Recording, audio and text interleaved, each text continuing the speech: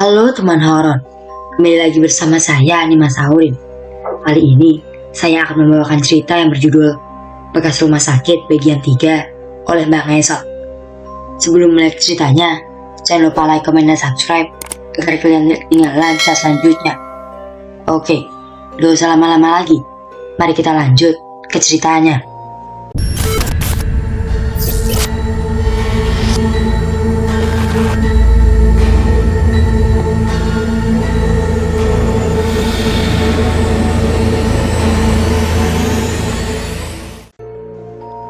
Bekas rumah sakit. Ibu tahu kalau di kamar mayat ada lubang. Saat jam istirahat, Aini sengaja menghampiri Bu Ruslah, bersihan di rumah sakit. Mereka duduk di bawah pohon. Saat itu, Aini sedang shift pagi. Iya Mbak, ada. Memangnya kenapa ya? Itu lubang apa Bu? Oh alah, Mbak belum tahu. Aini menggelengkan kepala. Mbak Aini harus tahu ya, katanya sambil melirik ke papan nama Aini. Setiap gedung itu pasti ada penghuninya, sambungnya. Aini mengernyitkan dahi. Ia masih belum paham arah pembicaraan Bu Ruslah. Penghuni bagaimana maksudnya Bu? Bu Ruslah meletakkan sapu lidi. Kali ini ia terlihat serius, bersiap menerangkan sesuatu pada Aini. Nih, kita di dunia ini gak hidup sendirian. Selain manusia, ada juga jin dan roh jahat yang selalu berkeliaran. Mereka tidak kasat mata. Siapa tahu, sekarang makhluk itu ada di samping Mbak Aini. Atau bisa jadi, malah lagi berkelayutan di pundakmu Mbak. Ah, Bu Ruslah, jangan bikin takut dong. Aini meringsut mendekati Bu Ruslah. Penakut juga ya kamu. Terus gimana? Tadi terusin ceritanya Bu. Kalau di kampung saya ya Mbak, setiap gedung baru itu wajib dirawat. Dirawat? Aini semakin tidak paham. Iya, diadakan selamatan biar jin dan roh jahatnya pergi. Nah, kalau di kota, ya gedung sebesar apapun, sangat jarang ada acara selamatan. Jadi, pasti banyak setannya. Hubungannya sama lubang di kamar mayat itu apa ya, Bu? Itu lubang setan. Saya udah lama kerja di sini, Mbak. Jadi saya tahu seluk-beluk rumah sakit ini. Dulu, saat rumah sakit ini pertama kali diresmikan, tiba-tiba muncul lubang itu di kamar mayat. Pihak rumah sakit heran.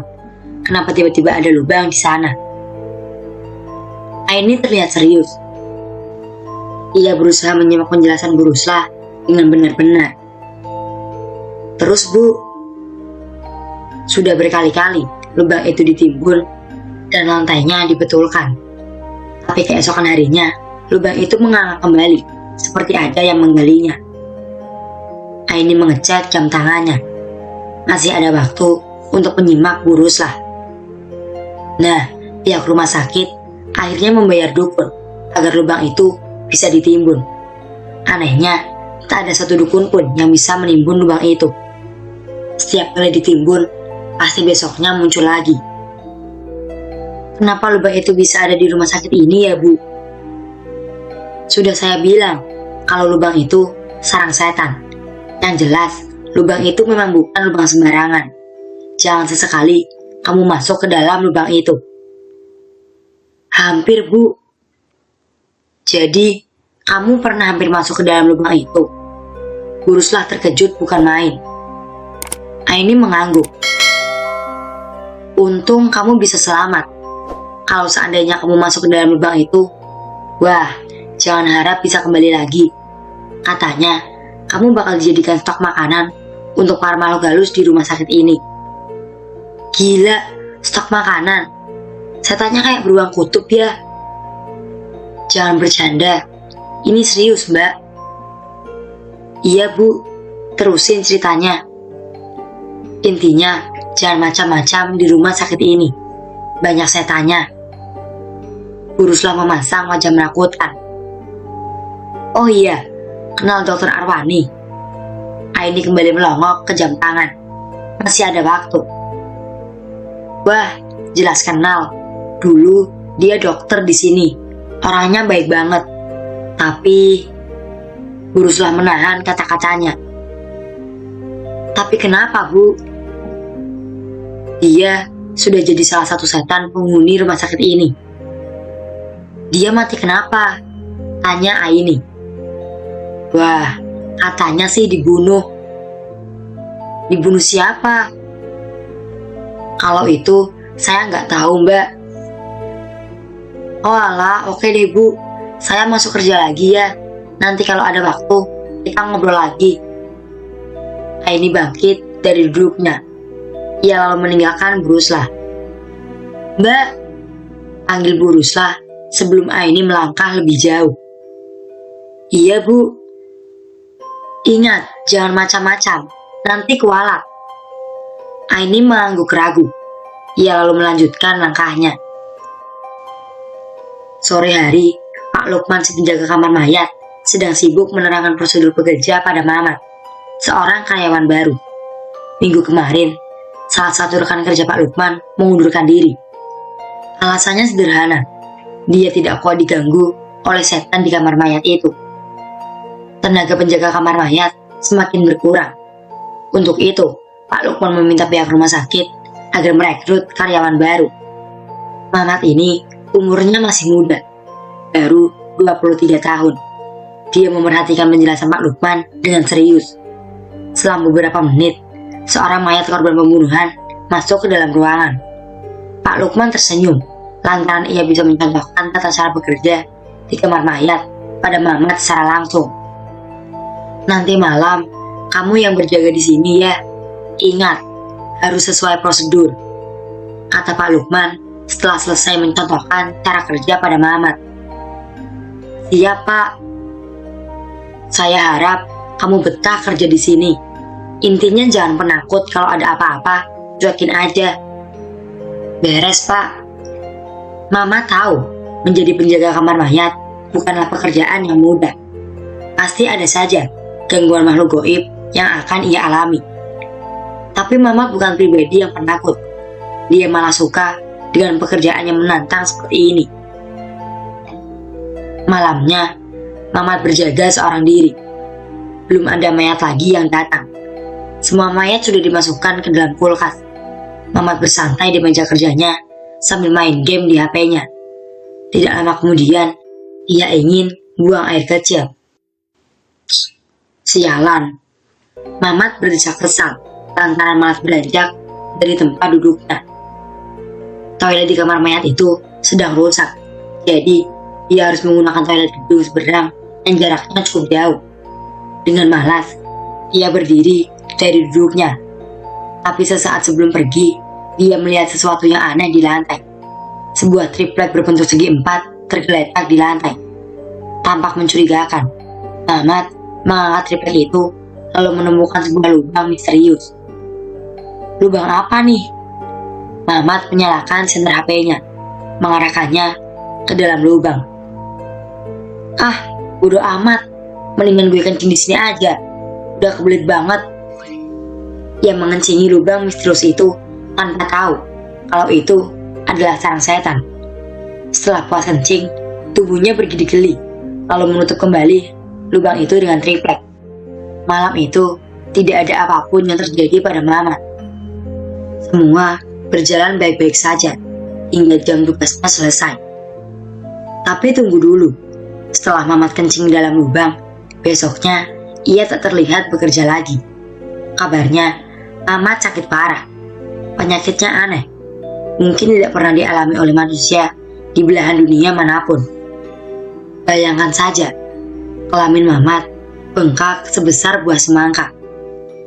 Semua orang yakin kalau Mamat ini pasti diguna-guna atau bisa jadi kualat. 2 hari kemudian, ia tewas dengan mengenaskan. Kelaminnya pecah. Darah bercampur nanah membanjiri tempat tidurnya. Tidak sampai di situ. Akibat perbuatan Mamat, semua makhluk halus di rumah sakit itu marah besar. Banyak petugas rumah sakit yang kesurupan. Pasien satu persatu mati secara tiba-tiba. kita harus segera pergi dari rumah sakit ini, sayang. Enggak, kita harus selesaikan tugas ini. Aini jelas menolak. Ada yang gak beres sama rumah sakit ini. Banyak kematian yang gak wajar. Aku harus cari tahu, sambung Aini. Saat jam istirahat, mereka berdua duduk di kursi panjang di depan ruang rawat inap. Kebetulan, malam itu Angga dan Aini sedang shift malam. Sayang, dengerin aku. Kita ini cuma mahasiswa yang lagi tugas praktik. Jadi jangan sesekali ambil risiko buat ngelakuin hal yang bukan tugas kita. Angga menatap wajah pacarnya. Bagiku, ini bukan hanya sekedar tugas kuliah, tapi ini juga tentang nyawa manusia. Aini tetap keras kepala. Angga menyerah. Ia mengembuskan nafas berat, lalu tertunduk. Kamu jangan khawatir, kita pasti baik-baik aja kok. Aini menyentuh pundak Angga. Dok, dokter, tolong suami saya dok. Tiba-tiba terdengar teriakan seorang wanita dari dalam ruang rawat inap.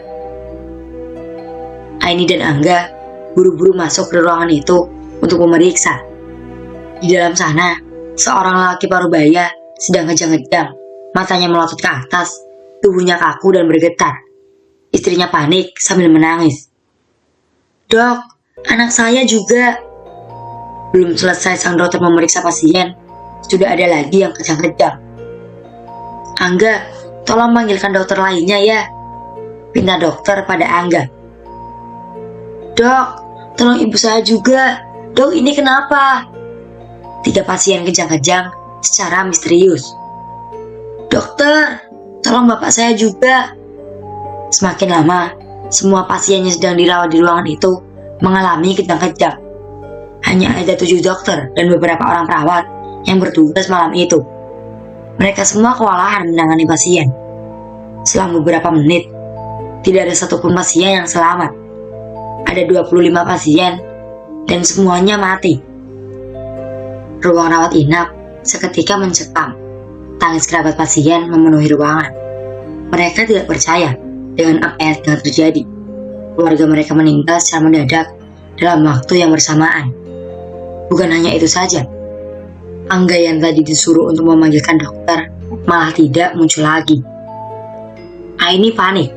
Ia coba menghubungi Angga, tapi tidak diangkat. Sudah Aini cari ke semua ruangan rumah sakit, tapi tetap tidak ada. Seketika Aini teringat pada lubang di dalam kamar mayat. Ia segera lari ke sana dan anehnya lubang itu menghilang. Lubangnya kemana, Pak? Lubang apa? Pak Lukman malah balik tanya. Lubang di kamar mayat ini, masa Bapak nggak tahu? Wajah Pak Lukman terlihat ketakutan. Di mana, Pak? Bentak Aini. Saya nggak tahu. Pak Lukman malah melepas bajunya, lalu melemparkannya ke sudut ruangan. Jangan tanya ke saya. Mulai malam ini, saya berhenti kerja. Pak Lukman pergi begitu saja dari hadapan Aini. Pak, tunggu Pak. Aini meraih tangan Pak Lukman. Bapak tahu di mana Angga? Pak Lukman tertunduk. Pak, apa yang terjadi sama dia, Pak? Tanpa menjawab pertanyaan Aini, Pak Lukman mengibaskan genggaman wanita itu dan lari ketakutan. Tidak seperti biasanya, Pak Lukman yang terkenal pemberani, sekarang malah seperti anak kecil yang ketakutan. Entah apa yang dilihat Pak Lukman dan kenapa lubang itu menghilang. Aini tidak menyelesaikan pekerjaannya. Ia langsung bergegas pulang menuju rumah Angga. Tengah malam, ia menggedor pintu rumah pacarnya dan menjelaskan apa yang sedang terjadi. Kamu tenang dulu, jangan panik. Siapa tahu Angga pergi sama temannya, ujar Bapak Angga. Gak mungkin, Pak. Soalnya dia lagi kerja sama aku, bantah Aini. Iya, Pak. Lebih baik kita lapor polisi aja, saran Ibu Angga dengan wajah cemas. Malam itu juga mereka melapor ke polisi. 2 minggu kemudian, Aini mendapat kabar kalau rumah sakit tempatnya praktik ditutup secara mendadak, lantaran semakin banyak pasien yang mati mendadak. Sementara itu, polisi belum juga menemukan Angga. Aini semakin yakin kalau Angga diculik oleh setan di rumah sakit itu.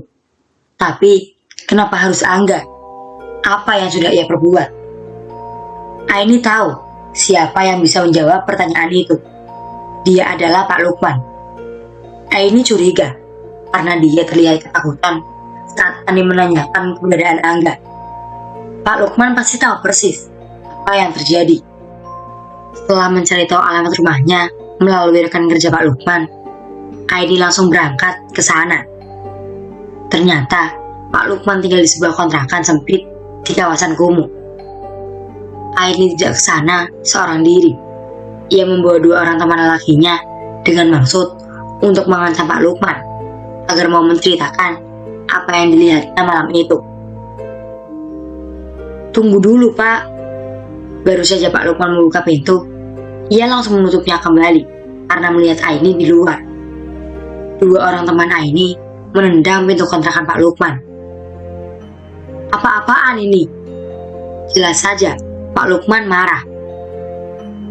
Pak, kami bisa lapor polisi kalau Bapak nggak mau jujur, bentak Aini.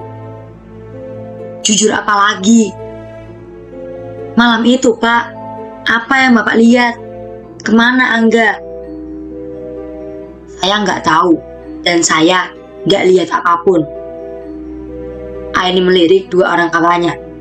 Salah satu dari mereka mengeluarkan sebuah pisau replika lalu menyodorkannya ke leher Pak Lukman. Baik, saya akan ceritakan, tapi tolong jangan bunuh saya. Lelaki tua itu ketakutan. Oke, silakan cerita, Pak. Kami hanya butuh informasi dari Bapak aja. Pak Lukman memasang wajah kesal. Ia merapikan kerah bajunya. Pacarmu itu, dia membuka pembicaraan sambil menunjuk Aini. Dia memang digondol setan, sambungnya. Kenapa harus dia, Pak? Karena dia berani melawan penghuni rumah sakit.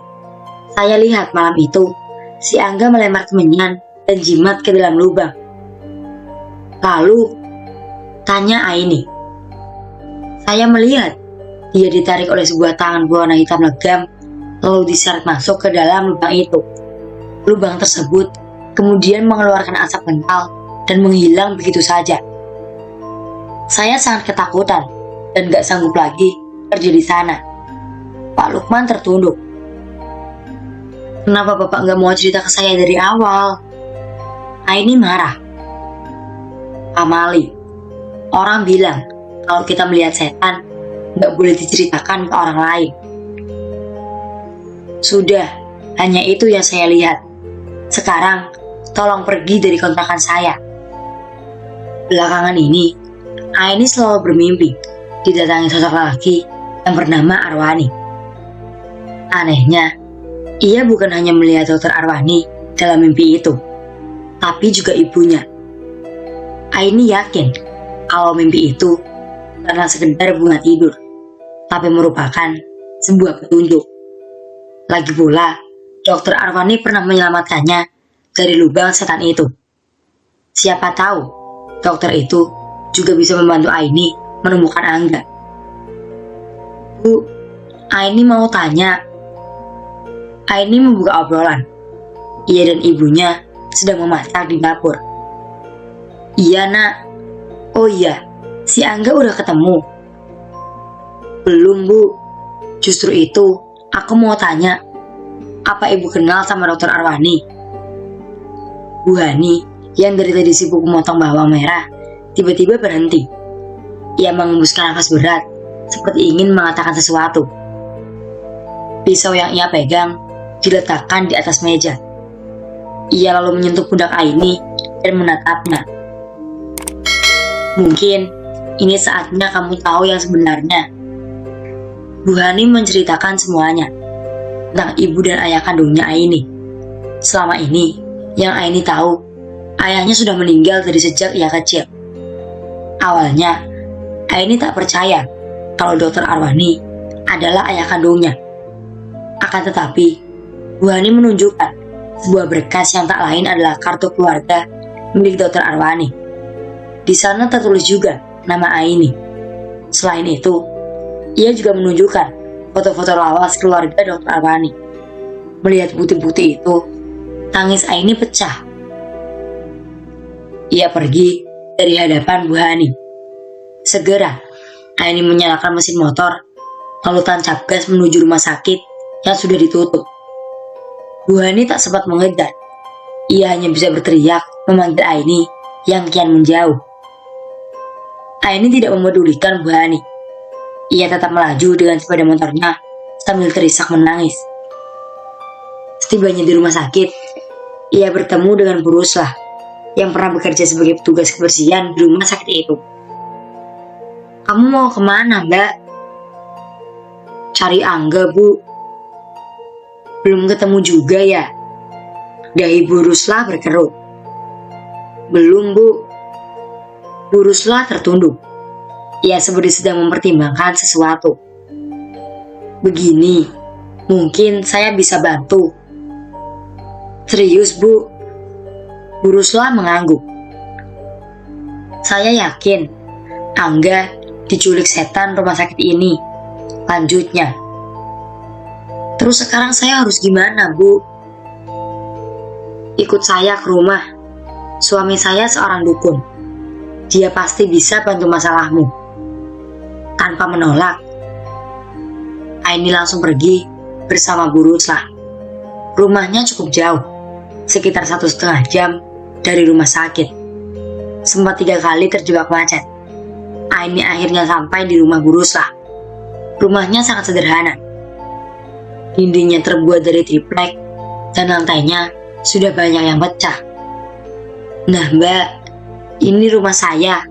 Maaf berantakan." "Ah, nggak apa-apa, Bu. Suami Ibu di mana ya?" "Oh, dia di kamar. Mari sini, Mbak." Bu Ruslah menarik lengan Aini untuk masuk ke dalam kamar. Aini sempat terkejut melihat kondisi suami Bu Ruslah. Lelaki itu terbaring di atas kasur butut dengan keadaan tanpa tangan dan kaki. Ternyata, suami Bu Ruslah itu cacat. Sebisa mungkin, Aini berusaha menyembunyikan terkejutannya. "Ayah, ini ada tamu yang mau ketemu," sapa Bu Ruslah dengan ramah pada suaminya. Ia membantu suaminya untuk bangun. Tubuh itu ia sandarkan pada dinding triplek. Suasana kamar semakin pengap dan panas. Bu Ruslah menyadari itu.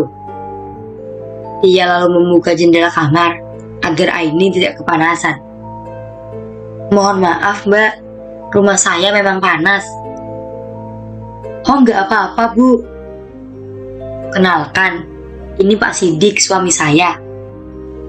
Dia sudah biasa bantu orang, Mbak. Suami saya ini, walau cacat, tapi punya kekuatan gaib." Aini mengangguk saja. Apa salahnya dicoba? "Lalu, apa yang harus saya lakukan, Bu?"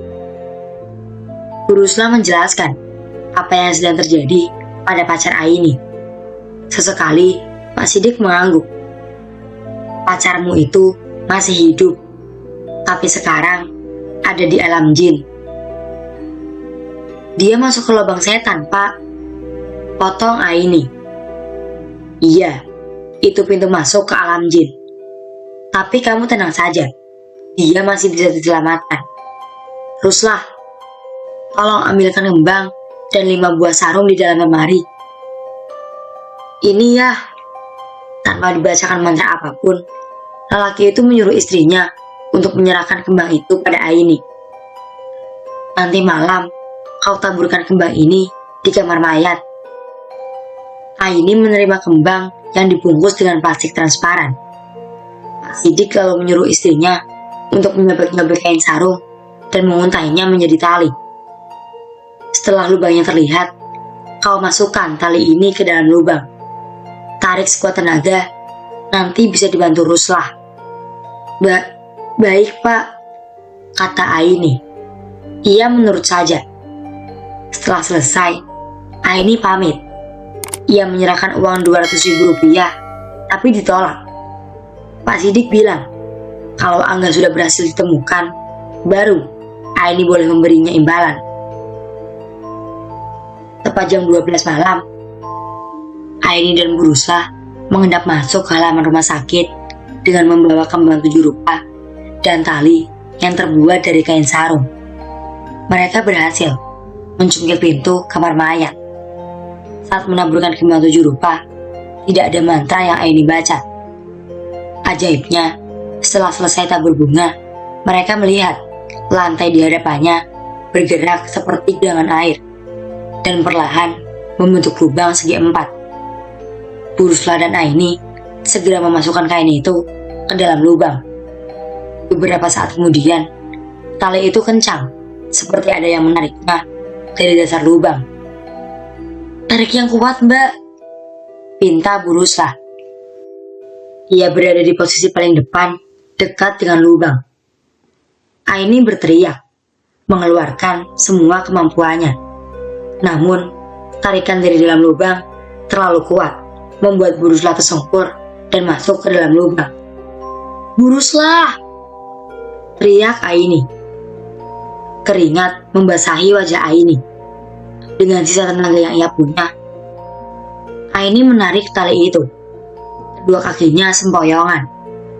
Lalu ia juga terseret dan masuk ke dalam lubang.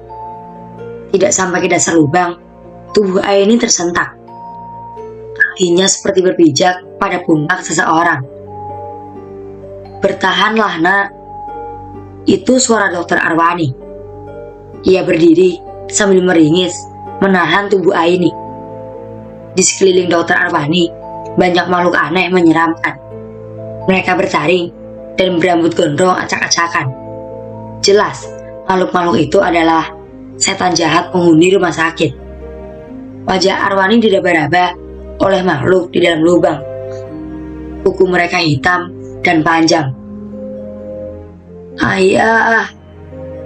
desis Aini sambil memandangi Dokter Arwani yang kesulitan menopang tubuhnya. Aini menangis ketakutan. "Aku takut ya," kata Aini. Air matanya menetes, jatuh ke pipi Dokter Arwani. Aini menggapai-gapai permukaan lantai, tapi tidak bisa. Jaraknya jauh. Ia tidak sanggup meraihnya. Dokter Arwani pun tidak bisa mendorong anaknya keluar, sebab tubuhnya digerayangi makhluk mengerikan di dalam lubang. Sesaat kemudian terdengar suara rauman dari dalam lubang, membuat Aini menjerit ketakutan. Hanya bertahan 10 menit, tubuh Dokter Arwani perlahan terjerembab ke dalam lubang, seperti dilahap lumpur hidup. Aini pun kian masuk ke dalam. Untungnya, saat Aini sudah putus harapan, saat lengan kanannya menggapai-gapai sembarang arah, ada seseorang dari atas lubang yang mencengkeram lengan Aini. Dia adalah ibu angkatnya sendiri, Bu Hani. Dari awal, Bu Hani sudah curiga kalau anaknya pasti pergi ke gedung bekas rumah sakit yang dulu menjadi tempat ayahnya bekerja. Jadi, saat tahu anaknya tak kunjung pulang, ia memberanikan diri masuk ke halaman rumah sakit. Bu Hani sempat menelusuri beberapa ruangan, hingga akhirnya ia melihat sebuah cahaya senter yang menyala di kamar mayat. Aini berhasil ditarik dari dalam lubang, tapi Bu Ruslah tidak selamat. Sambil menangis, Aini dipaksa keluar dari kamar mayat. Ia sudah coba berontak dan ingin kembali ke lubang itu untuk menyelamatkan Bu Ruslah, namun tenaganya sudah habis. Mereka berdua berhasil keluar dari sana. Setelah mereka pergi, pintu kamar mayat tertutup sendiri dengan keras, seperti ada orang yang membanting dalam pintunya. Senter masih menyala, tergeletak begitu saja di lantai. Lubang menganga, mengeluarkan suara raungan. Di dalamnya gelap gulita. Raungan itu semakin lama semakin terdengar, seperti tangisan manusia. Bukan, tentunya bukan hanya tangisan satu orang saja, tapi puluhan, ratusan, atau bahkan ribuan orang. Mereka seperti sedang disiksa, dipukuli dengan batu, atau mungkin saja diguyur dengan timah mendidih. Lubang itu tidak berujung.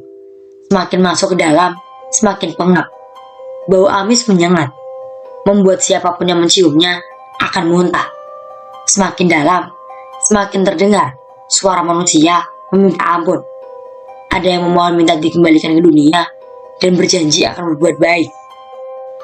Ada yang memohon minta diberi kesempatan untuk hidup kembali dan berjanji tidak akan mencurangi orang lain.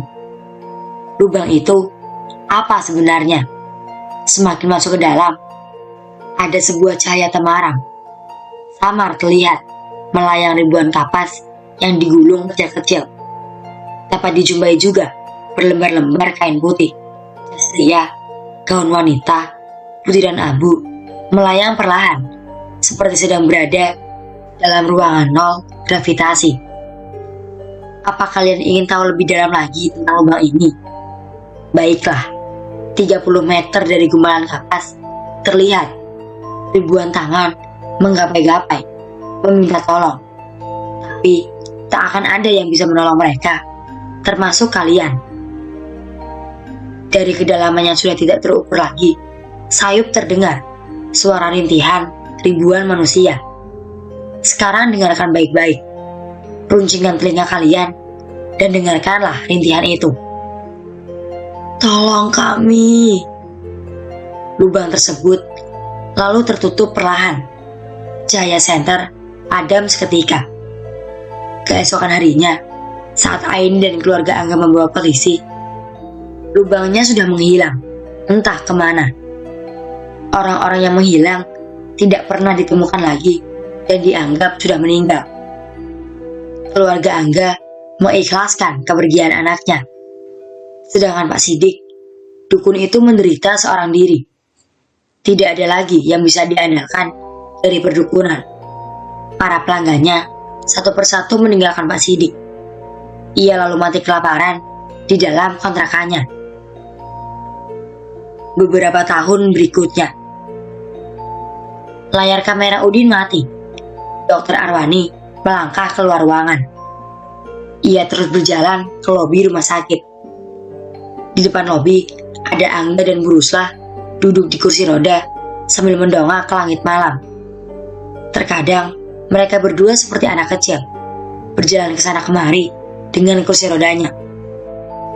Tidak jarang, sampai ada manusia yang memergoki dua kursi roda yang berjalan sendiri.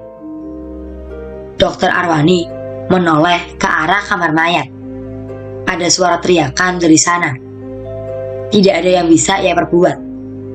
Di rumah sakit itu, Dokter Arwani hanya makhluk balut kelas rendah yang tak punya kuasa apapun. Semenjak lubang itu dikancing, para setan di rumah sakit menjadi semakin buas. Hanya orang bodoh yang berani masuk ke rumah sakit tengah malam. Sementara di malam yang sama, Aini terbangun tengah malam. Ia menoleh keranjang bayi di sebelahnya. Bayi itu menangis. Aini lalu membangunkan suaminya. Bukan untuk minta dibantu mengganti popok, tapi Aini hanya ingin ditemani saja. Sekarang, ia menjadi sangat penakut. Mas Dipa, Mas, bangun Mas. Aini mengguncangkan tubuh suaminya. Iya mah, kenapa? Temani aku. Ganti popok. Iya mas. Dengan wajah sangat mengantuk, Dipa bangun, lalu duduk sambil setengah terpejam di atas tempat tidurnya. Aini dengan cekatan mengganti popok anaknya. Setelah selesai, ia kembali ke tempat tidurnya. Dipa memeluk tubuh Aini dari belakang. Yang dipeluk tidak membalikkan badan. Dua mata Aini masih terbelalak. Ia baru saja bermimpi didatangi Dokter Arwani. Selama beberapa menit, ia tak kunjung bisa tidur. Terdengar suara keranjang bayi berderit seperti ada yang mengayunkannya. Aini bangun. Samar-samar ia melihat sosok seorang lelaki sedang bermain dengan anaknya. Aini memicingkan mata. Itu jelas sosok ayahnya sendiri, Dokter Arwani. Dia ada di dalam kamar Aini. Dan cerita tentang bekas rumah sakit pun selesai.